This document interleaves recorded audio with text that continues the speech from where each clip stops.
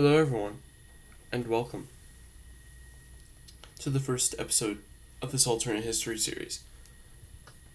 So, here we're talking about what if the Central Powers won World War I. Let's take a look at what happened in our timeline. Just have a map here to just help with this. World War I had influences on, it was a major point in the early 1900s, would lead to the Great Depression, World War II, as well as the formation of the Soviet Union. All those factors combined would, in a way, end up leading to the Cold War, and the closest we got to destroying the world, pretty much, and humanity. So let's establish who the Central Powers are. The German Empire, Austro-Hungarian Empire, the Ottoman Empire, and the Kingdom of Bulgaria. The Allies are France, the Russian Empire, Serbia, and the Kingdom of Montenegro. So, back to the story on how the Central Powers win the war. Germany moves troops, but not too many, to the French border. Then the Bulgarians and Austro-Hungarians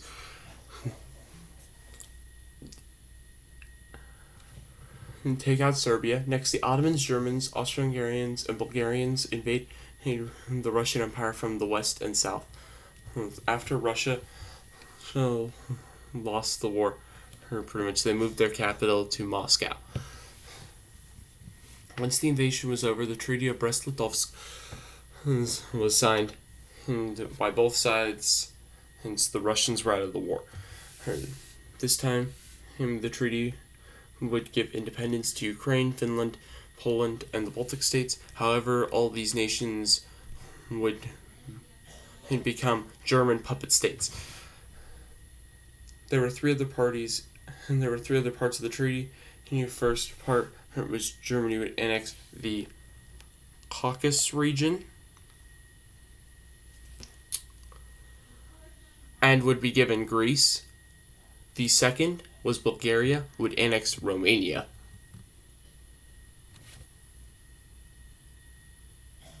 The final portion would give Austria-Hungary the kingdoms of Serbia and Montenegro.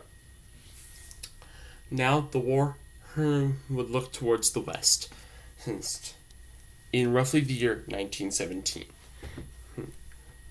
The German invasion of France would be swift. The Central Powers contributed troops because Germany supported their independence and would help them in their endeavors, but would not attack Britain or America.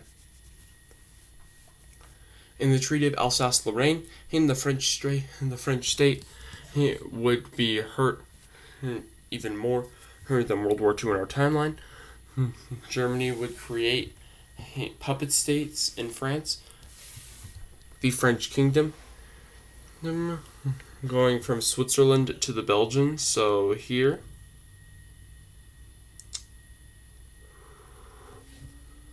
The territory of Brittany would be given to the British Empire in order to appease them. The southern territory was divided east to west in the Bordeaux Kingdom, and in the east the Kingdom of Lyon. The year is now roughly 1920. The war is over. Germany annexed the Duchy of Liechtenstein and the Republic of Switzerland. The Central Powers had won, but what would Europe look like now? In the north, were the Scandinavian nations.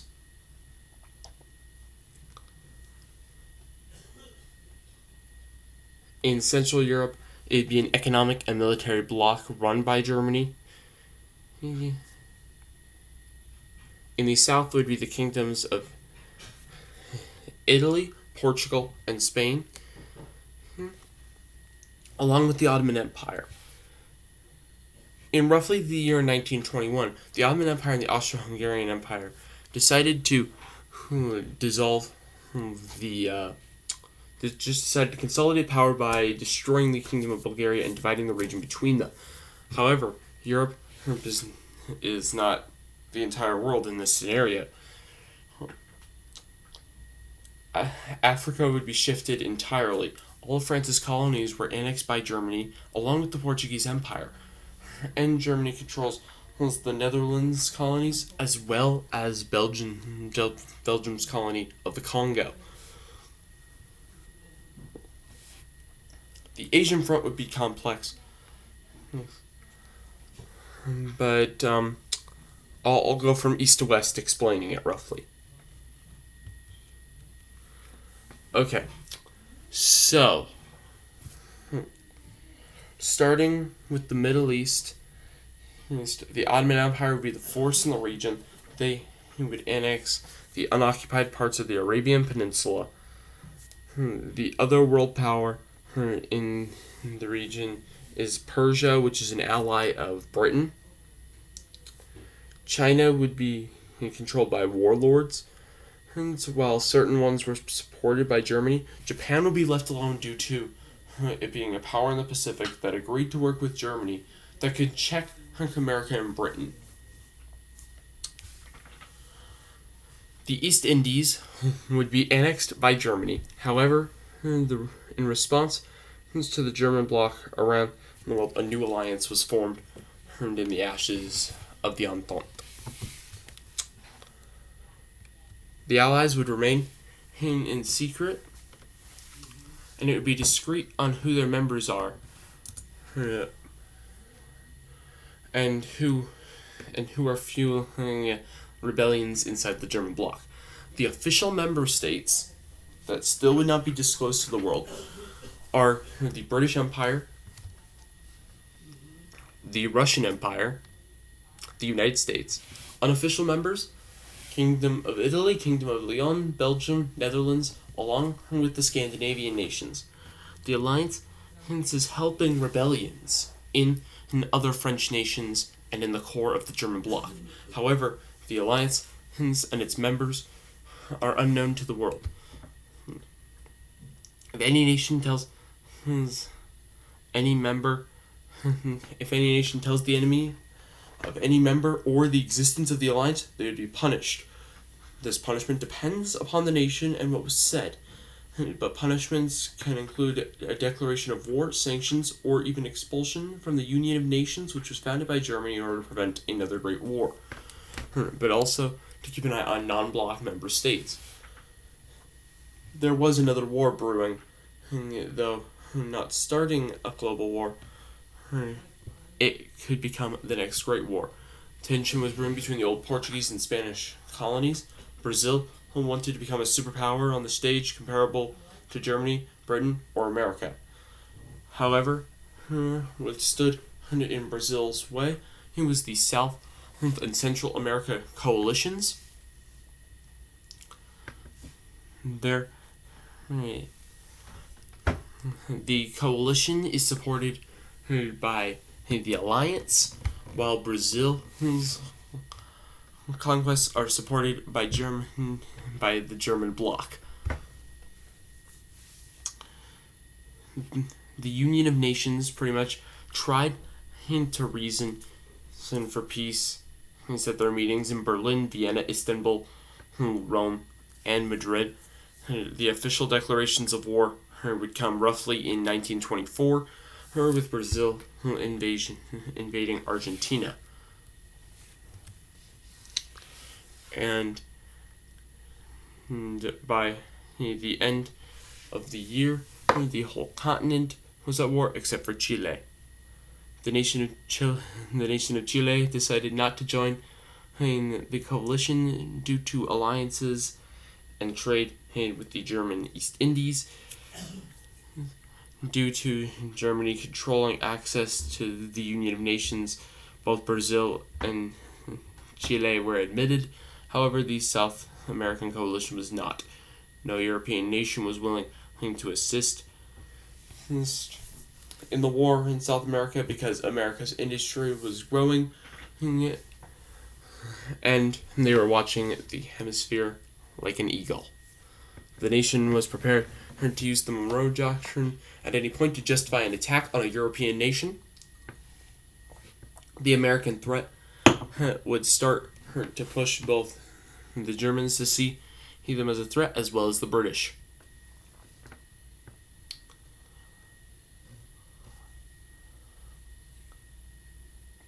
In 1925, a Chilean cruiser opened fire on a British transport ship that had gone off course, but had not entered Chilean waters. Tensions were rising all around the world.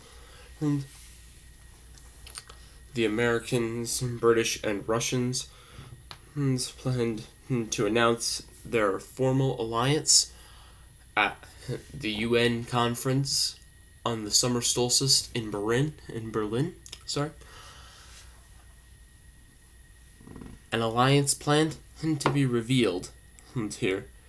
However, something else had happened at the meeting which prevented the matter from being discussed. The Spanish ambassador announced a coup had occurred, and now Spain was in civil war. The monarchy was pinned against a move to create a democratic republic that does not resemble Britain's parliamentary republic. This was a French Revolution down with the monarchy-style revolution. Due to chaos in communication amongst the UN, including Britain, Germany, Austria-Hungary, and the Ottomans, sided with the monarchy. However, America and the more democratic nations sided with the Republican Revolution. On the battlefield of Spain, the beast was unleashed, one which shall change the course of war forever. War would steadily move in favor of the monarchists until the alliance called a secret meeting later in the year. The three main nations pointed out their reasoning.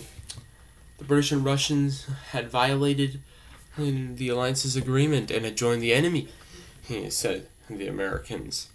The British needed to support countries with similar goals and create tension in the German bloc. Meanwhile, the Russians said they could distract the Germans from a planned Russian invasion in the east. In the end, it came down to the three moving in agreement towards the goal of the destruction of the German bloc. With two wars going on around the world, the tensions would increase globally. But the first shots of what would lead into the Second World War were fired later in 1925. The Russian Empire launched a surprise invasion of the Baltic states, Finland, Poland, Ukraine, and the Ottoman Empire. The German response to the Russians was that they did not notice it. The Austro-Hungarians and Ottomans were put in charge of checking Russia. However, the Ottomans and Austro-Hungarians' ancient rivalry started to rise once more, until the war had started. The Ottomans invaded Serbia. The war distracted the defenders from Russia's invasion, which would lead to their retaking of the Caucasus region, as well as several German-controlled states. The Germans only heard once the Russians had taken all of the different border states. Russian troops also made it into ancient Prussian land in northern Germany as well as northern Austria. The alliance would make their move in Spain in order to get a foothold in southern Europe. However, there was a UN conference in the summer to try to resolve the matter of all these different wars. UN and member states that sent their ambassadors to the conference were Russia, Britain, America, Germany, Austria, and the Ottomans, as well as Italy, both sides of Spain, Brazil, Argentina, and Persia. These members of an alliance amongst them, but the alliance main members would announce their withdrawal from the UN. The ruling nations of the world were turning the world against themselves. However, shortly after the announcement, a peace had been created that would stop the Russian War, the Austrian-Ottoman War, as well as the Spanish Civil War. The war in South America would end with the annexation of Paraguay, Uruguay, as well as Venezuela by Brazil. Once the treaties were signed, they were not able to be undone unless the signatories voted to create the treaties invalid, or they would just be violated. The alliance would officially be renamed the Allies. The Allies would have their first official meeting in the summer of 1928, roughly. But now, skipping forward a few years,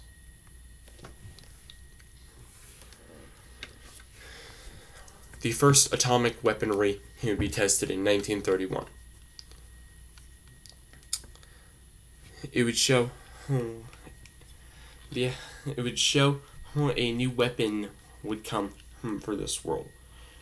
The Allies had heard of such a thing, but it would not have been known until it went off.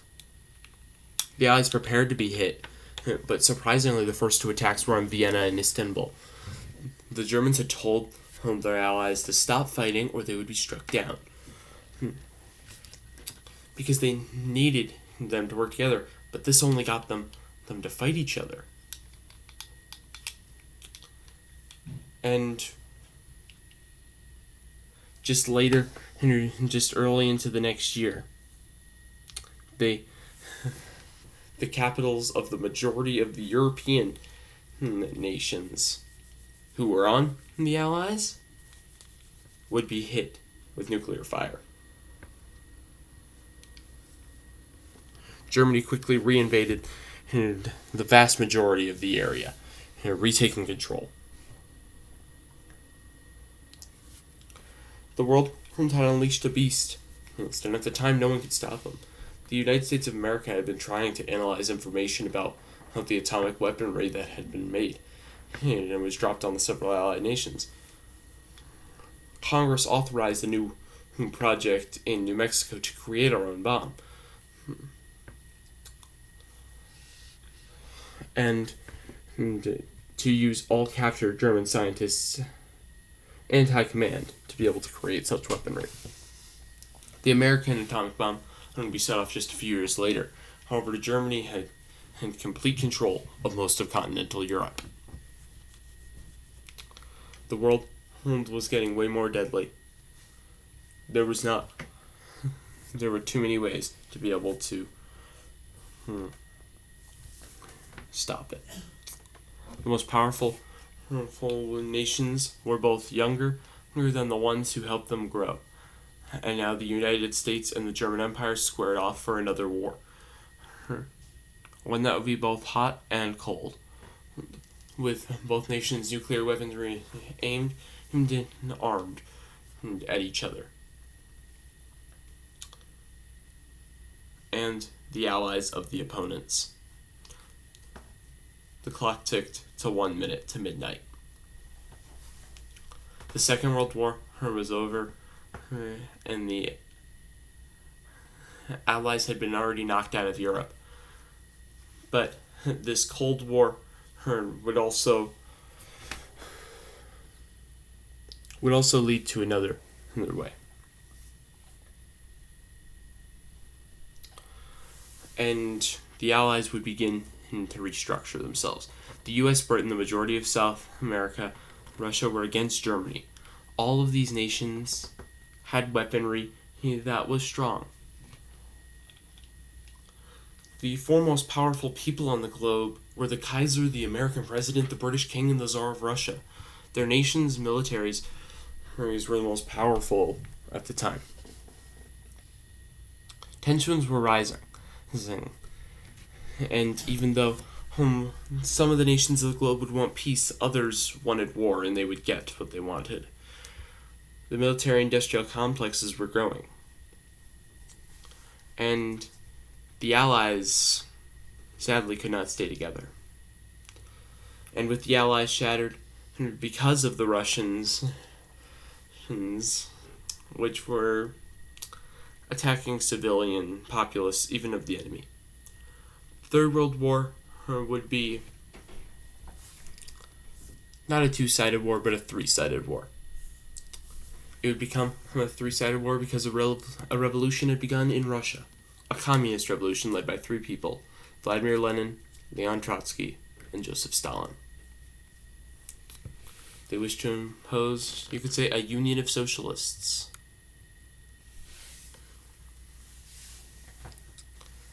And once more, a red flag would have been raised over Russia. The Civil War had begun, but you could also say midnight has come.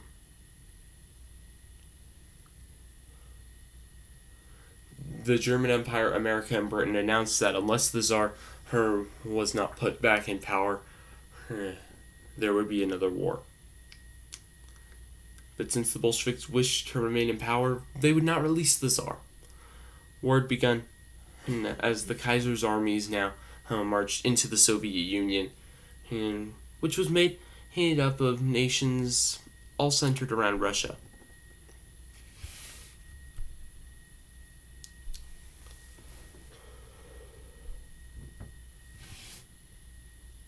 But the Russian army, when mobilized, would have more equipment and men because they had stolen from their old allies. In the end, the Germans would have been crushed. The Soviets and Allies met and agreed to disarm nuclear weapons, as well as their spheres of influence, including allowing Italy to be independent and to keep a little bit of territory in Africa. Britain would gain a ton of territory in Africa, as well as France.